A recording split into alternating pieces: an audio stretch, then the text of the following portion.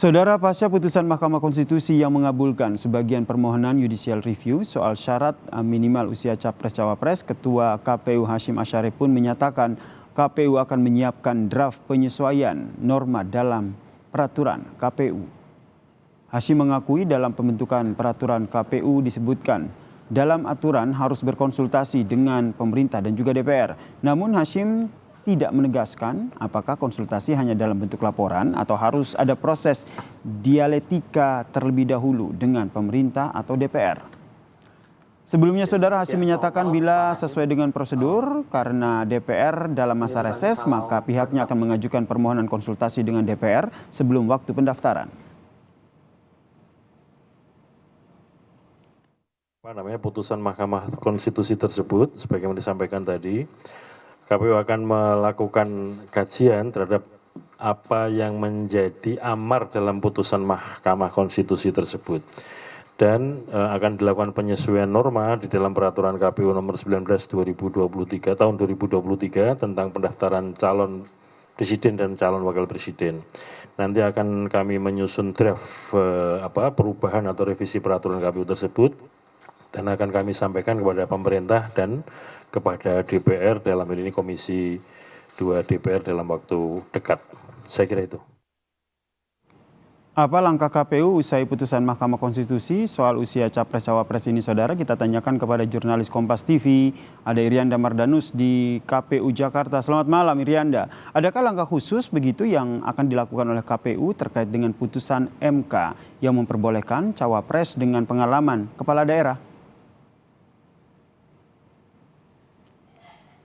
Ya, memang pasca dikabulkannya permohonan salah satu perkara, yaitu perkara nomor 90 oleh seorang mahasiswa dan kuasa hukumnya, ini yang terkait dengan penambahan frasa norma diperbolehkannya, kemudian mereka-mereka yang pernah menjadi penyelenggara negara ataupun dalam hal ini dalam konteks pejabat negara yang pernah ikut begitu ya dalam pemilihan umum baik di tingkat provinsi, kabupaten ataupun kota menjadi capres-cawapres, ini juga kemudian mengharuskan KPU untuk bersikap. Tadi sikap resminya sudah disampaikan beberapa waktu lalu oleh Ketua KPU dan beberapa anggotanya dan juga Sekjen KPU, di mana Hasyim Asyari ketika menjawab sejumlah pertanyaan wartawan terkait dengan apakah atau apa bentuk langkah yang akan kemudian dilakukan dalam menambah norma yang otomatis harus merevisi PKPU, yang kemudian ini terkait dengan syarat usia minimal capres dan cawapres.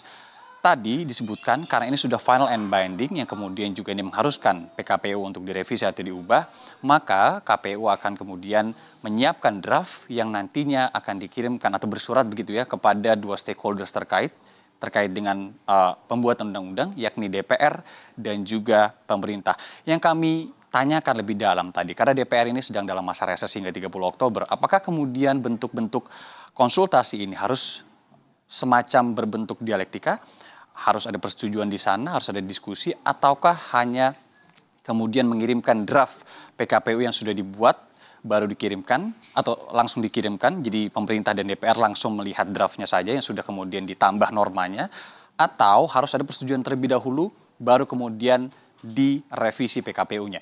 Tadi kami konfirmasi langsung dengan Ketua KPU sebelumnya, periode sebelumnya, yaitu Arief Budiman, yang mengatakan dua hal yang kemudian kami garis bawahi ini cukup penting untuk diketahui oleh masyarakat juga, bahwa sebenarnya konsultasi sifatnya memang wajib dilakukan ketika akan merevisi PKPU, namun bentuknya ini memang tidak dijelaskan secara detail apakah kemudian harus berbentuk dialektika, diskusi, ataupun melaporkan baru direvisi, ataupun memberikan draftnya yang sudah kemudian dibuat oleh KPU yang kemudian nanti diketahui ataupun disetujui oleh pemerintah dan juga DPR. Itu yang pertama, jadi bentuknya memang tidak diatur.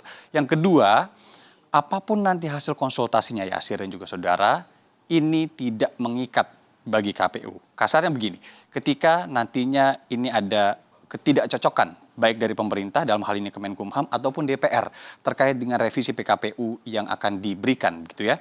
Ini tidak akan mengikat kepada KPU karena semangatnya Arief Budiman menyatakan bahwa ini adalah untuk menjaga independensi KPU Republik Indonesia itu sendiri. Jadi sebenarnya walaupun nantinya konsultasi ini melahirkan sebuah revisi dari DPR ataupun pemerintah terkait dengan penambahan norma yang sudah disetujui oleh MK tadi, ini tidak akan mengubah apa-apa. Dalam kata lain atau dengan kata lain, KPU juga dalam beberapa hari ini kita tahu 19 Oktober ini akan dibuka pendaftaran Capres-Cawapres, ini tidak akan mengganggu ataupun memundurkan jadwal yang sudah ditetapkan.